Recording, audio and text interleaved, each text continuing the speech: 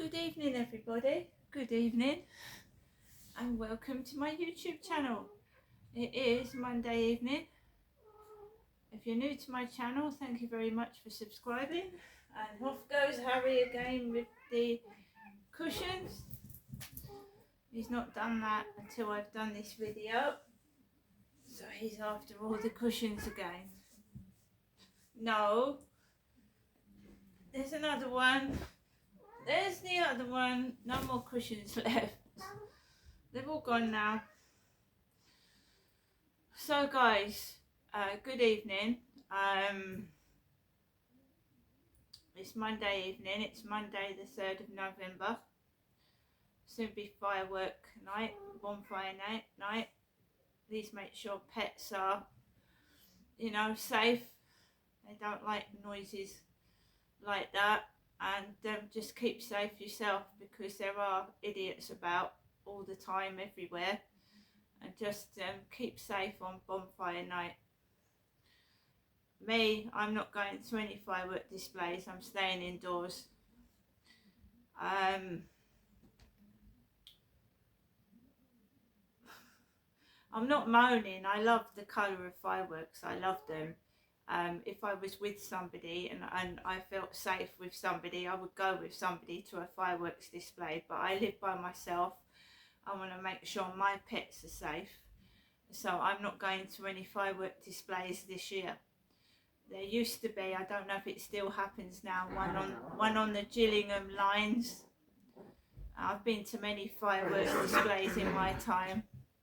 I've been to many firework displays in my time. And yeah, I love fireworks. I like to watch them from afar. So when I go out for a walk, I should tape some fireworks as I'm walking around.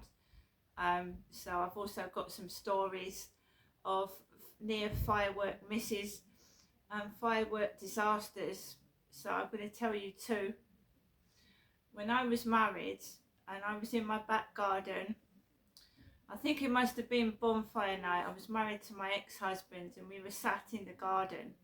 Opposite us there was a family and they set off rockets, and they just went over mine and my husband's head. They set off rockets right opposite us. So we had rockets coming towards us and just going above our heads. That's one story. Another one is, when I was living in Gloucestershire, there was a lady called Anita underneath us, and she looked after her elderly mother Edith. And I was going downstairs to take my rubbish out, and she was stood in the middle of the path letting off fireworks, because we shared two flats. So Edith and Anita were underneath and we were above Edith and Anita. And basically Edith's daughter had a son, and she used to visit the old lady. So she'd come round to visit her mother with her son, and she decided to she didn't knock on the door and tell us she was letting fireworks off. She decided to let fireworks off in the garden. I went downstairs to take my rubbish out, because I think it was like rubbish day the next day. And I stood there, and she spoke with an upper class accent, and she went to me, I've paid for these fireworks. I went, sorry? She went, what are you doing, watching the fireworks for free? I went, no, I want to take my rubbish out. Oh, she said, oh, go on then. I was accused of watching her fireworks for free. So this funny goings on has been going on since I've ever known, since I could walk and talk. All this rudeness and being spoken to like I'm a piece of shite has been going on for a long time. Back then I was a shy woman, and I just said, oh, I'm sorry, put my rubbish out, went back indoors. What are you doing? Watching the fireworks for free? that's how I used to get spoken to.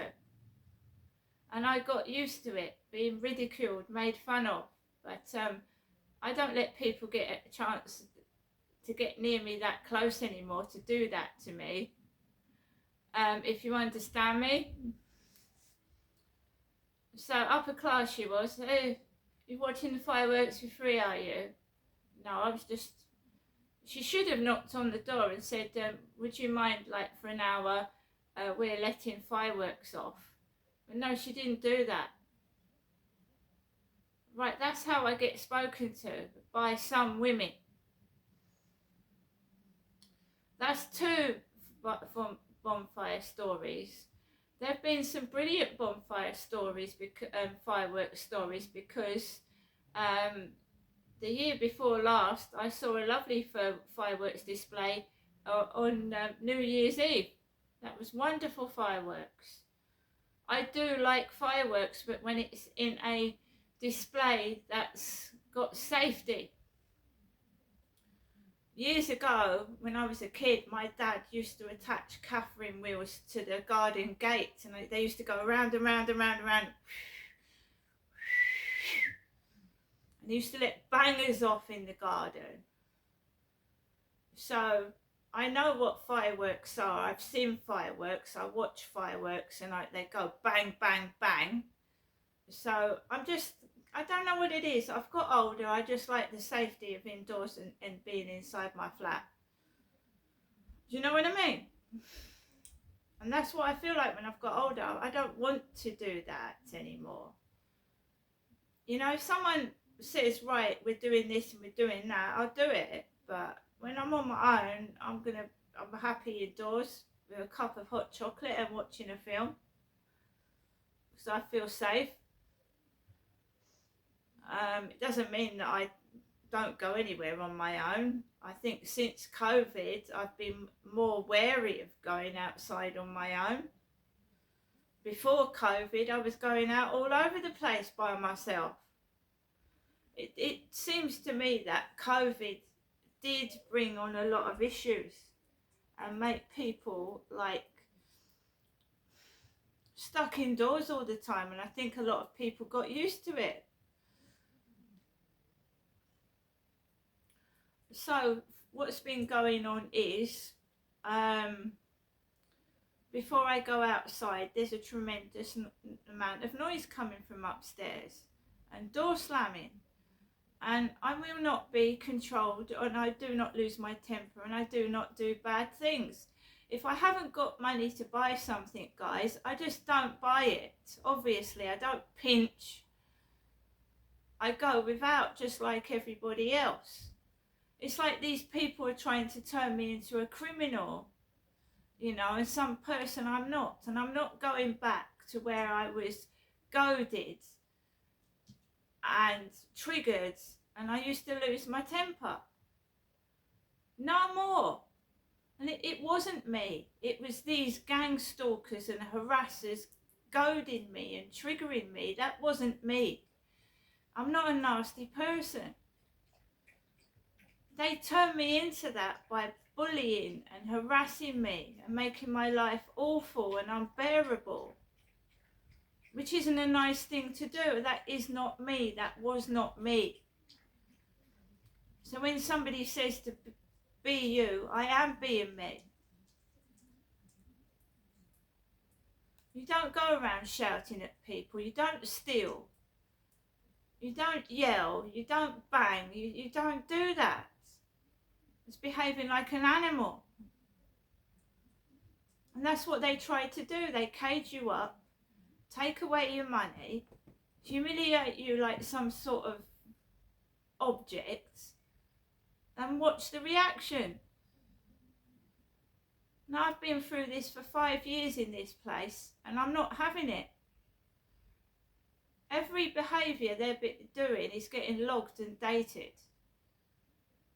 So they think they're watching me and fucking analysing me. I'm doing it to them. It's all being written down, what they're doing, what they're saying.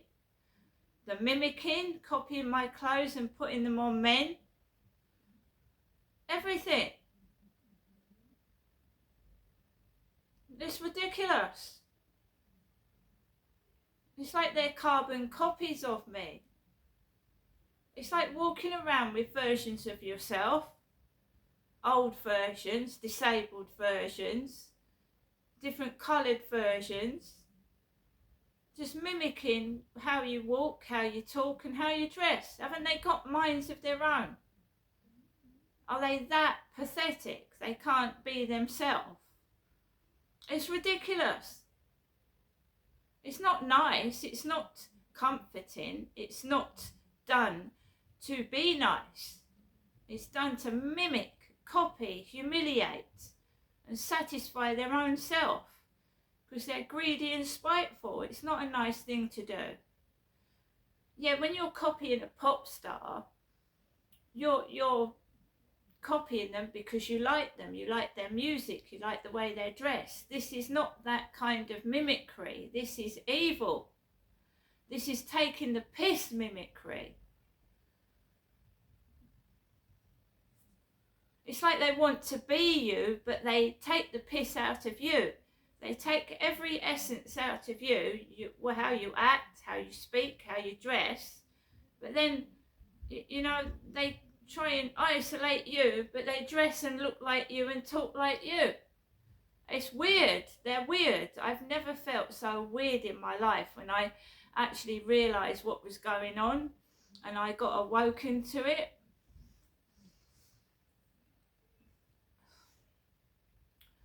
So before I go out, for the past 4 days upstairs, their kids has been banging on the ceiling and making a load of noise. And it's meant to unnerve me before I go outside and make me act like a wild animal. But I don't. And if I see somebody stick thin in what looks like my coat, that's not me, that's them. I'm a big woman. I'm not massive, but I'm not going to be a stick. I never have been and I never will be. And when I was pregnant, somebody called me fat. And that wasn't being fat, that was being pregnant. I have to sit there and take people's insults. Well, no, I don't have to take people's insults anymore. When I was pregnant with my 4th child, one of my workers called me fat. And I was still coming out of my shell because I've been controlled in a marriage, right? Controlled, yeah, by violence, by aggression, because that's what manipulators do. So when I first left a violent relationship, I didn't know how to act with other people. I'd been controlled for many years with violence, right? So when this woman said to me, "Oh, you're fat," and I was pregnant with my 4th child, I just couldn't believe it. And it was being on my own after I left my husband where I started to gain my independence, my self-respect, and stick up for myself. I never ever want to be part of a couple again, ever. I'm quite happy on my own, making my own decisions, being myself and not being controlled by somebody else, right? If someone came up to me now and called me fat, I'd laugh my head off. I'd say, look in the mirror and look at yourself before you judge other people. I wouldn't sit there and take it like I did 20 years ago. Oh no.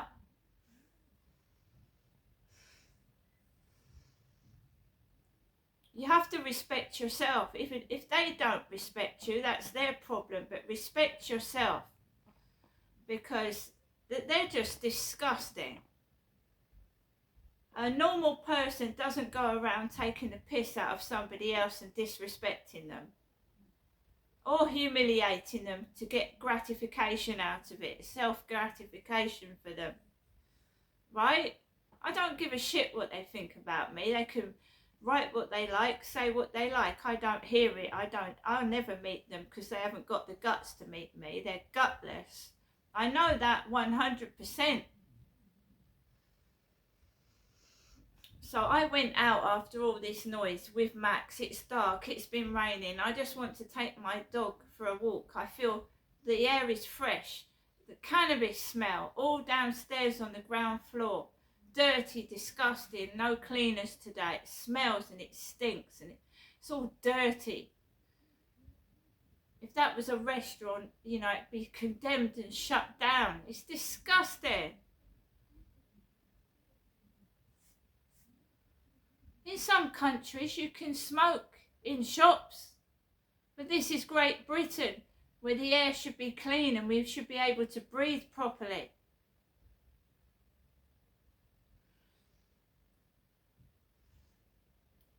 So I went outside with Max, and you know, it's always busy near the co-op because people are going in and out of there, but people haven't got the money anymore to keep spending. You know, a loaf of bread is nearly £2 for a flipping loaf of bread. You used to get 4 pints of milk for just over a pound. It's nearly £2. It's ridiculous.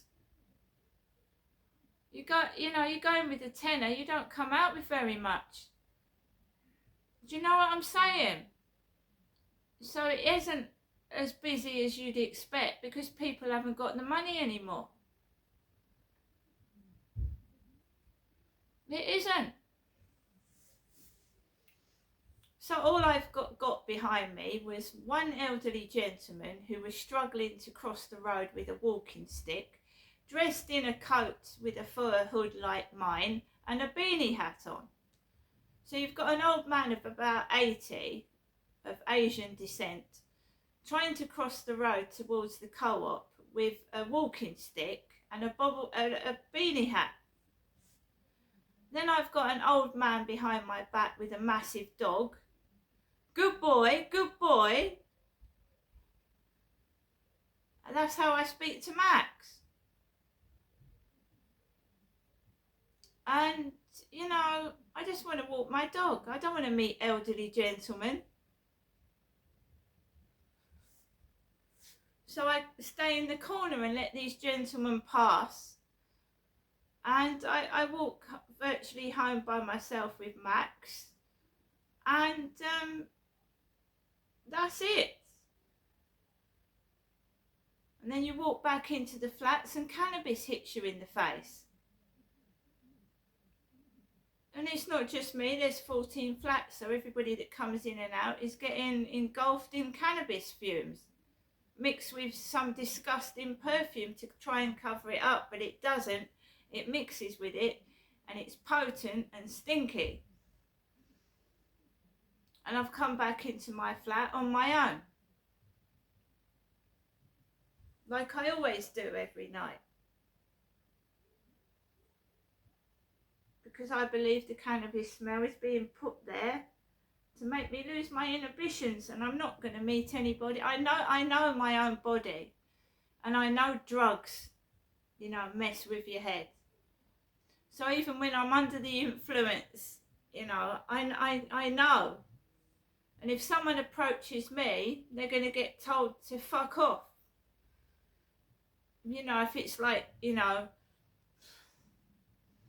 trying to chat me up like that Charlie did and take me back to his flat. No. If you're asking the time, I'll tell you, know, women are so scared now. If someone comes up to them and asks them the time, you don't know if you're going to get something afterwards. Do you know what I mean? I just keep away from people.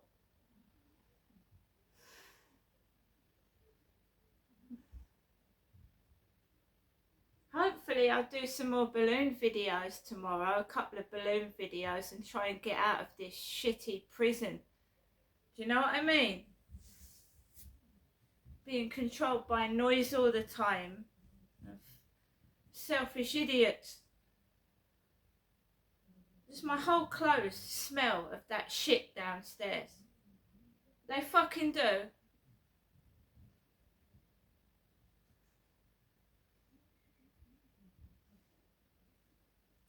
Anyway, I'm going to go now. I ain't moaning, I'm just telling the truth. And if nothing changes, it's just going to get worse. It ain't going to get better if you just leave things. It's just going to get worse and worse and worse and worse and worse.